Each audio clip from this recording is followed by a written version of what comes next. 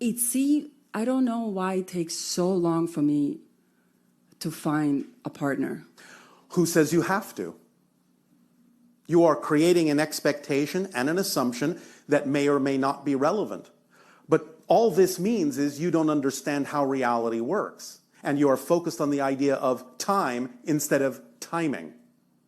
Because when you allow reality to work for you, instead of trying to make it work in the way that your physical mind thinks it's supposed to, even though it doesn't have a clue what is actually best for you, but you have let it think that it does, and let the physical mind run your life by focusing you on time and where's that person? Tick tock, I'm running out of time.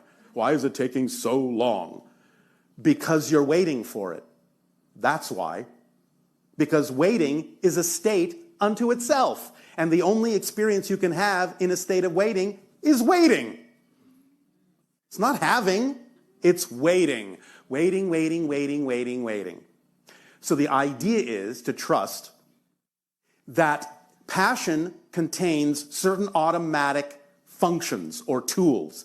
And one of those tools is the organizing principle of synchronicity, which means that as you follow your passion, everything that is relevant for you to experience in your life unfolds in perfect timing. And the only way to actually miss an agreement or an appointment that you have made with anyone or anything is to actually spend your time and energy wondering if you're going to miss the appointment. That's the paradox. If you just get on with your life, follow your passion, act on it, and trust that synchronicity is bringing you what you need to let you experience the process that will shape you in the way you need to be shaped in order to better appreciate what it is that will manifest in your life, then it doesn't matter what's going on, because what's going on right now will always be the most important thing, and there is nowhere else more important to be. And nothing else more important to be going on than what's going on right now. So then you're not waiting for anything. You are experiencing everything in the moment as absolutely what it needs to be for you. Even if it's something you don't objectively prefer, there must be a reason for it to be there. And if you use it in a way you do prefer, you will always extract the beneficial effect from that moment. It's only when you think something doesn't belong or shouldn't be there that you actually make it take longer, because you are invalidating what it is that's come to you that actually is what you need. Even though your physical mind says, no, I don't need that. If it's there, yes, you do, because there are no accidents. Everything is in orchestration. So even if it's what you don't prefer, there must be a reason that you do prefer for that to have shown up. If nothing else, it can even be as simple as something you don't prefer shows up to make it clearer to you what you do prefer by contrast. That's using what you don't prefer in a way that you do. And then it can go on its way because you've used up the reason it showed up.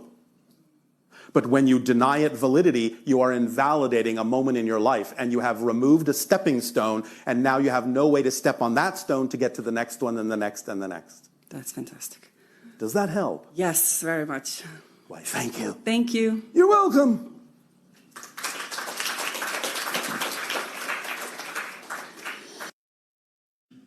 I had a timeline to find a job, and the timeline is due next week. And I guess it's just in gestation because it hasn't manifested physically. Well, for sure it's on its way, which means it's still in gestation. We like that you got that. But let's talk about timing here for a minute. Let's talk about timing, because the way you mean timing, usually in your physicalness, is you mean timing like the moment in which it pops into your awareness where you can see it and hear it and smell it and taste it and touch it, that kind of timing. And the way we mean timing is when you come into conscious awareness of something. And timing, we can't say the word timing. You all know what you mean by it, and we don't mean something different from what you mean by it. But we want to put with the word timing words like co-creation, words like blending, words like synchronicity, and many factors coming together simultaneously. When you have big intentions where there are many things that your life has helped you to know that you want, then the best of timing includes a high percentage of those. In other words, when you say, I'm on a timeline to get a job, we want to say, are you on a timeline to not only find employment, but to find rewarding employment? Not only to find something to do, but something that interests you and excites you while you do it. Not only others to work with, but others who are in harmony, who are also reaching for more. In other words, there's a lot more to what you're asking for than just what you want to define with time.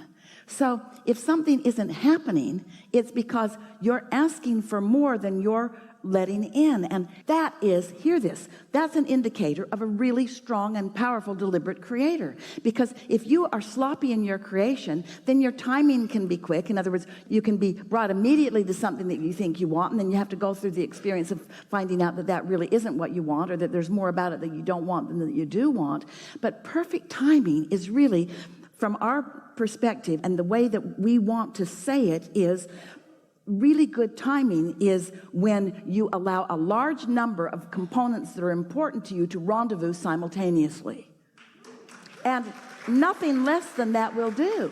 You don't want to just put up with a little piece of something you want, like it happened in the timeline. It happened before my deadline was in place. We want you to be willing to allow the universe to round up all of the cooperative components that you're asking for, which include a lot of factors. And we want to say to you that you're the last of the cooperative components. You're not letting yourself in. We talked about this all day today, because you're so aware of what is. That's what deadlines and goals do in a detrimental way to you. They make you focus upon the absence of what you want. They make you nervous. They make you feel frustrated. They make you feel tense.